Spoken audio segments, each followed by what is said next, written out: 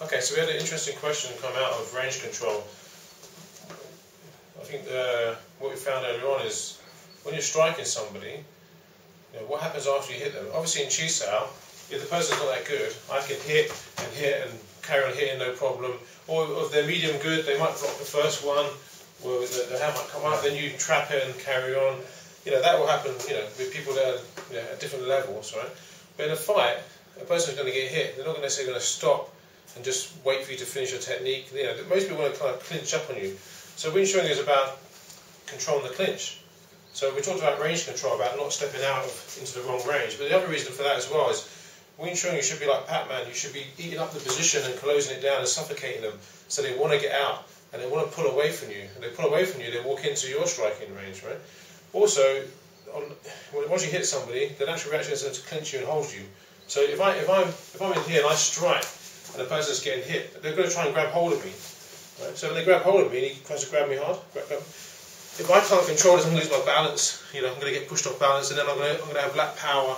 Right? So when we're doing Chi Sao and we're striking, or when we get to this position where the fight's kind of more or less finished, or you've hit them, a lot of times what we'll do is we'll clinch up or let the guy try to grab you if you grab him, and I need to control that position. Grab. I need to use my body weight, use my legs, my hips, and take control of that position and keep control of the opponent.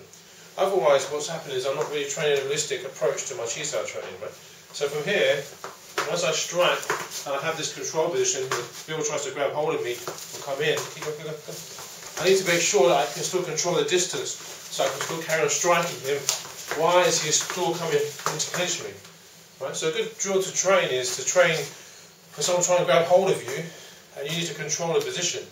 So it's a looser look. It doesn't look like normal rolling. But what you're doing is you're using the skills of rolling to control the elbow position, to control the power, control the distance, the timing, to take his balance. Okay. So from here, what we're going to do is you just try to grab me, try to clinch up. So I need to be able to control that position. And we'll sort of see where my position is. Control that distance. That distance here, I don't want to stay out here because he can swing at me. I want to be getting into this close position, but I want to hit here and try and put him in a position where I can strike him. Right? Yeah. If I try to keep him away from me, you grab me. I try to keep him away from me. He's just gonna just run me over. Right?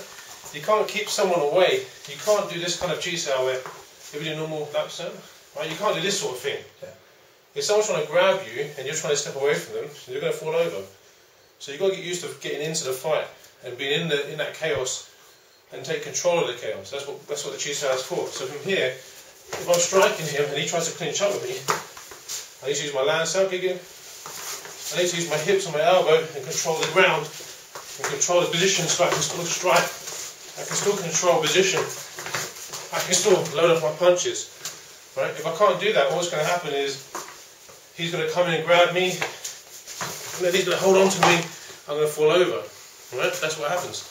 So from here, when I'm striking here, and he tries to clinch up, I need to be able to control my elbow position, control my weight, my body.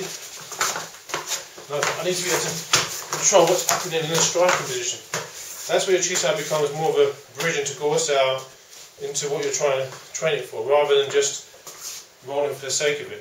Right? Doing Chi Sao, we are just rolling and doing this sort of stuff, to me, is what beginners will do. But what you need to do is control the body, look for control, position, make sure he can't clinch you, and you can still keep going from here. Right? Then you can go back to rolling. Obviously, there's different ways to do Chi Sao and different ways to roll. We can still roll clean. And still roll clean and still work on your normal rolling. That's fine, it's not wrong, we do that as well. But I'll just add another element. The element is what happens when you've done this and he wants to just grab you. Right? You need to be able to train that position, because Wing Chun is supposed to be in control of the clinch. So once you shut someone down, you need to be able to control them. It's all well to say, well, once I do this and I hit him, he's going to fall down, but maybe he's not. So you need to make sure, especially in a street fight, he's not going to be a Wing Chun guy. He could be a wrestler, he could be a grappler, he could be a kickboxer, it could be anything. So as soon as you hit him, if you are successful, most people will grab. So you need to deal with the grab. So that gives you an idea of what Wing Chun is really good at. It's good at the clinch, it's good at dealing with the grab.